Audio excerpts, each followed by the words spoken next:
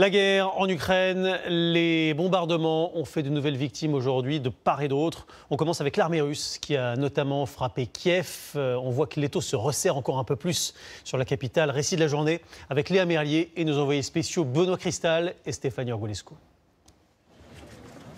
Dans le centre-ville de Kiev, au milieu des passants, un missile frappe cette rue. Les magasins, les immeubles, tout a été soufflé. Le tramway, lui, est pulvérisé. Dans cette attaque, une personne est décédée, des dizaines d'autres ont été blessés. J'étais dans mon appartement, les enfants faisaient leurs devoirs en ligne et il y a eu une grosse explosion. Les enfants ont eu peur, les fenêtres et le balcon ont explosé. Une scène de guerre en plein centre-ville, jusque-là épargnée par les frappes russes. Cette riveraine confie à notre reporter son inquiétude. Jusqu'à ce matin, je me sentais en sécurité. J'ai été surprise quand j'ai vu la fumée. J'étais persuadée que c'était dans un quartier plus loin.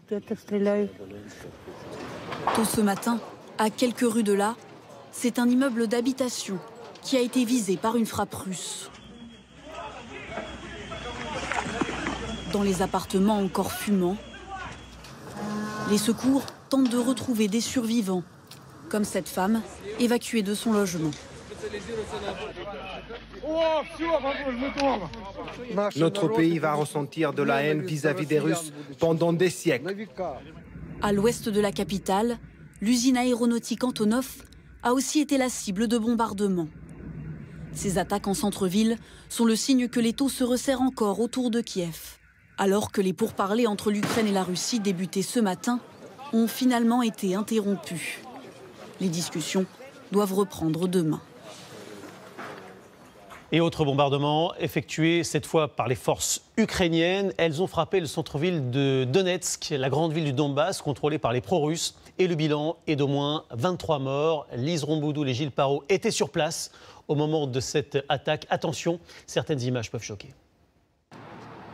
La queue du missile est encore fumante, là, en plein centre-ville.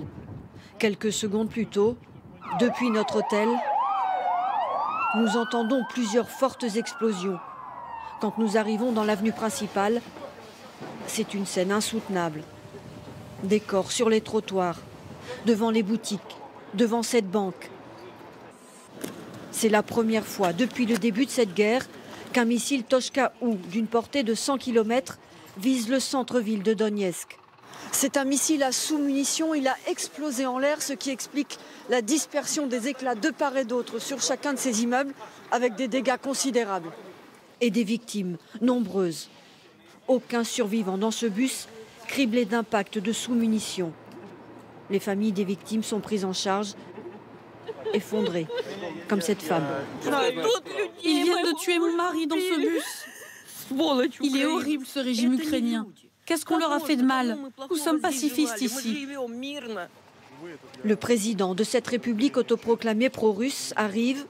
Il est aussi chef des armées. Notre défense antimissile a intercepté ce matin 15 missiles qui étaient dirigés vers notre territoire. Nous allons utiliser tous les moyens dont nous disposons pour que les Ukrainiens ne puissent plus atteindre notre ville. Depuis 3 jours, le front s'est rallumé autour de Donetsk, avec des échanges de tirs de plus en plus violents entre les séparatistes appuyés par la Russie et les forces ukrainiennes. Sur le plan de la solidarité, maintenant, les initiatives se multiplient depuis le début du conflit, ici en France, mais aussi à la frontière polonaise, voire sur le terrain ukrainien. Malgré le danger, nous avons suivi des Français qui ont tout quitté pour aller aider la population. Comment s'est passée leur arrivée et que font-ils concrètement sur place? C'est ce que nous montrent Didier Pireski, Henri Dreyfus, David Portier et Sylvain Roland. Il y a le gilet pare-balles. Franck et Jade ont tout prévu. On a le casque. Un attirail de soldats pour ces 2 éducateurs sportifs du Cantal. Mais ils ne vont pas en Ukraine pour combattre. On ne veut pas passer pour des mercenaires ou des gens qui viennent faire Rambo du tout, même s'ils en ont besoin, même s'ils recrutent dans ce sens, ce n'est pas notre but à nous. C'est vraiment pour l'humanitaire. Dans leur camion, des lits de camp, des produits d'hygiène, offerts par des particuliers. Que des couches, c'est super, génial. Ouais. Ils n'ont eu que quelques jours pour se préparer étudier leurs options de parcours vers l'Ukraine. Le nord de l'Italie, la Slovénie, traverser la Hongrie et arriver à la frontière hongroise ukrainienne. Ou alors la deuxième solution, c'est de passer par la Pologne. C'est cette deuxième option qu'ils ont retenue. Les voici à Lviv, en Ukraine, après 32 heures de voyage. Dans ce centre de collecte, ils vont décharger leur matériel. Pour Franck, Jade et Loïc, qui les a rejoints, la mission ne s'arrête pas là.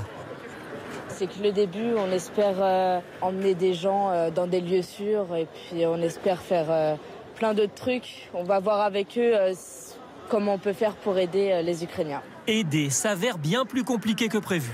La barrière de la langue, la difficulté à trouver les bons contacts dans un pays désorganisé. Finalement, après 2 jours de déboire, ils se voient confier cette famille qu'ils vont conduire vers la frontière polonaise. Ça fait plaisir parce qu'on attendait ça depuis samedi matin, mais on commençait à s'impatienter parce que franchement on avait des contacts qui nous disaient qu'il y avait des besoins, ça patinait. Merci infiniment. Sans votre aide, on ne pourrait pas survivre. Une fois ce premier trajet accompli, C'est parti! ils repartiront aussitôt vers Kiev à 8 heures de route, où les attendent d'autres familles en danger.